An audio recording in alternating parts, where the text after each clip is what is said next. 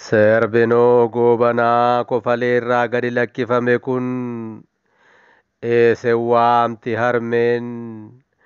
Isin waamti harmeen yaa ilmaan koo na dhaqqabaa isiniin jetti harmeen jedha. Kan kofalee jiru jechaan ibsuun rakkisaadha.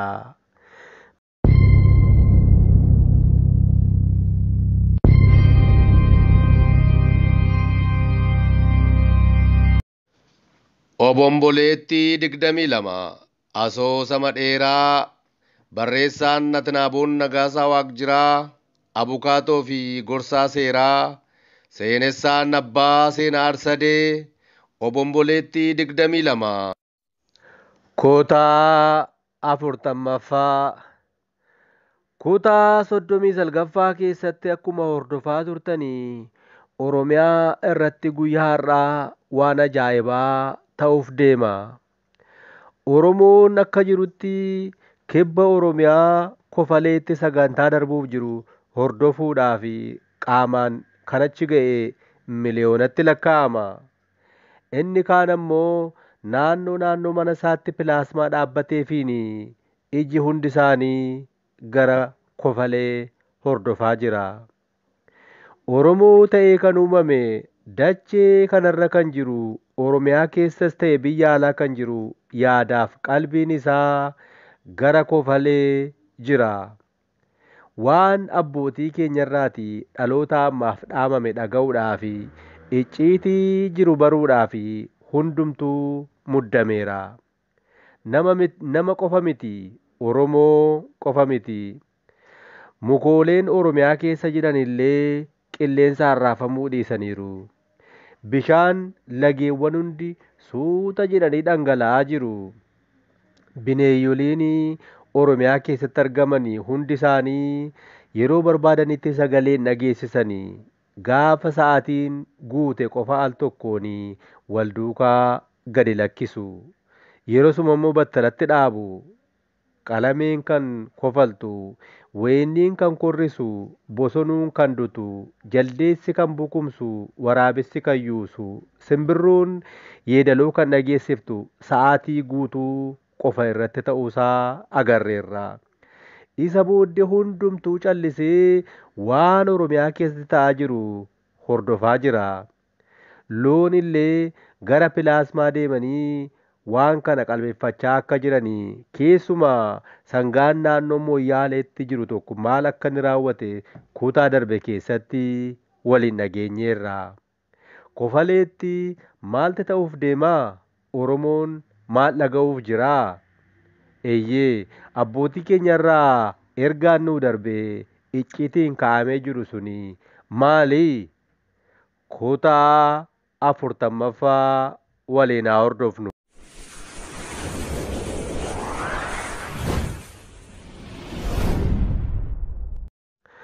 Uummati Oromoo waaqeffataa, Musliima, Pirootestaantii fi Ortodoksii osoo hin jedhin sagalee tokkoon biyya isaa akka faarsu gochaa jira. Serbinoo goobanaa kofaleerraa gadi lakkifame. Serbuun cubbuudha jedhama. Cubbuun cubbuu caalu garuu biyya ofii, duudhaa ofii, aadaa ofii dagachuudha. Of ta'uu dhiisanii orma ta'uuf yaaluudha. Akka abaluun sirbaan morma nama jal'isa jedhama. Of ta'uu dhiisuudha cubbuu hamaani. Maaluma irratti laataa? Biyya ofii faarsuuni. Weedduun biyya ofii jajuuni. Biyya abbaa ofii faarsuuni. Geerarsaan mararfachuun cubbuudha kan jedhame. Macaafa guddaa sana keessatti eessatti barreeffame laataa? Kun kiyyoo nyaaphaa keessaa isa tokkodha. Kan Joomoo Keeniyaattaan jedhan sana nama yaadachiisa. Pirezidaantiin Keeniyaa duraanii Joomoo Keeniyaattaan akkas jedhanii turanii. Warri adii gaafa biyya keenya dhufan jedhanii warri adii gaafa kee biyya keenya dhufanii kitaaba qulqulluun isaan harkaa. Lafti keenya immoo nu harka ture. Ni kadhannaa dunuunfadhaa jennaan dunuunfanne. Gaafa ija keenya bannu kitaaba qulqulluun nu harkaa. Lafti keenya immoo isaan harka ta'e kan jedhan yoomillee kan irraanfatamu miti.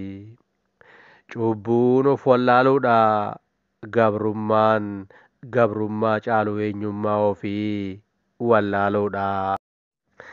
Serbinoo goobanaa kofalee irraa gadi lakkifame kun isin waamti harmeen. Isin waamti harmeen yaa ilmaan koo na dhaqqabaa isiniin jetti harmeen jedha. Kan kofalee jiru jechaan ibsuun rakkisaadha. Bakka pilaasmaan dhaabbatee jiru hundatti Oromoon bakka sana jiru hundi isin waamti harmeen jedha. Eeyyee isin waamti harmeen kan jedhu muummeewwan Oromiyaa keessa laallabee hundumtuu wal harkaa fuudhee darba dabarsaa. Iyyaa iyya dabarsaa jechuun kunoo isa kana fakkaata. Itti fufee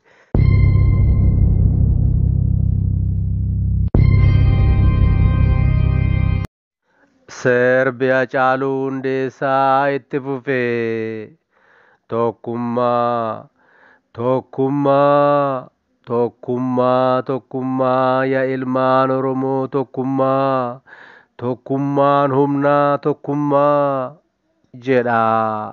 Hundumtuu wal harkaa fuudhee tokkummaa tokkummaa jedha. Sagaleen kan dabale fakkaata.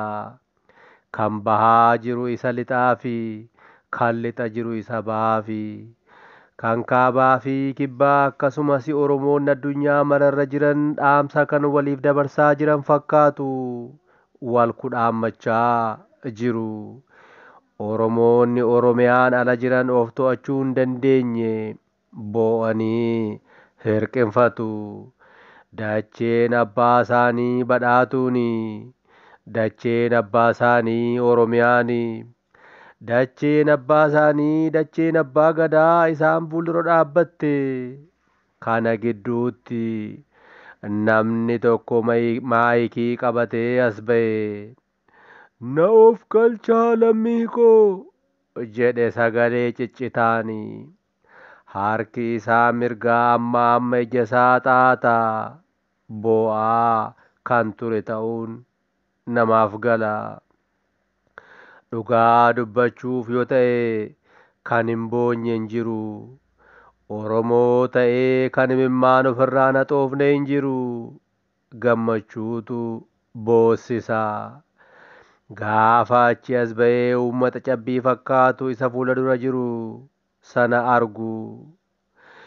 Uummata ijaan arganii fixuu hin dandeenye gaafa argu. Lakkoobsa isaa beekuunis ta'e tilmaamuun uummata nama dhibu gaafa argu. Kun hundumtuu tokkummaa Oromoof kan tumse ta'uu fi kaayyoo tokkoof hiriiruu gaafa hubatu. Gaaf tokko bordachee Oromiyaa irratti waan dhufaa jiru gaafa yaadu gammachuun nama boossisa. Eeyyee wareegama abbootii keenyaa fi qabsaa'ota Oromoo gaafa yaadatu dhugaadhaa boo'uun itti xiqqaata. Kana yaadee kan hin boonye Oromoo miti. Made in Oromiyaa ta'uu danda'a ta'a. Kana laalee kan hin onnanne Oromoo miti yookaan miirri isaa kan hin hojjenne ta'uu danda'a. Dhiigni lammii dhangala'ee kan nama hin boossifne maaltu nama booksisaa? Manaa ba'ee kan hin deebi'in hafe kan ijoolleen isaa qara laalaa hafanii. Maatiin isaa kan agabuu dhumanii. Kam kaasanii kam dhiisuu kan kun hundi nama hin gaddisiifne. onnee namaa hin madeessine, laphee namaa hin hannee fi hin boossisne maaltu nama boossisaa? Uummata keessaa hirqinfatee kan boo'u hedduudha. Imimmaan haadholii durii, imimmaan haadholii dur gidiraadhaan boo'a ture. Har'a ammoo gammachuutu boossisa. Imimmaan gammachuutu fuula isaan niqaa jira. Kan dubbachuuf waltajjii irraa achi as ba'e obbo Lamuudha. Dhiifama gaafatanii. Rabbi guyyaa har'aanii naga'uusaa fi guddaan galateeffadha jedhanii. Eeyyee Rabbi guyyaa har'aan kan isaan ga'e ta'uu fi kan ta'aa jiru ija isaaniin arguu isaaniif milkoomuu isaanii ibsanii.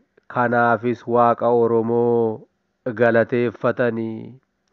Sagantaan barii obboroo eebba maanguddootaan jalqabee itti fufuusaas ibsanii. Viidiyoo kallattiin darbaa ture irratti waan gabaabaa dubbachuu akka barbaadan ifa godhanii. Viidiyoolee 2 darbaa turan irrattis gabaabsanii akkas jedhanii.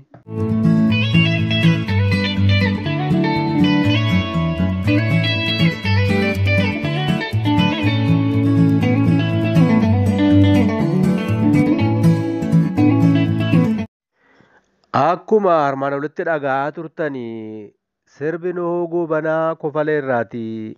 Isin waamti harmeen jedhu baalaaf muka Oromiyaanii jedhamaa ture.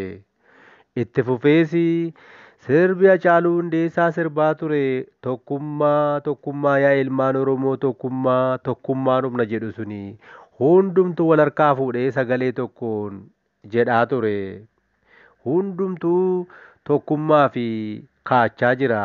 Kana gidduutti obbo Lamuun isin kanaan dura beektanii imimmaan isaanii haxaachaa waltajjiirra ba'anii waa dubbachuuf akka dhufan dhageenyeerra.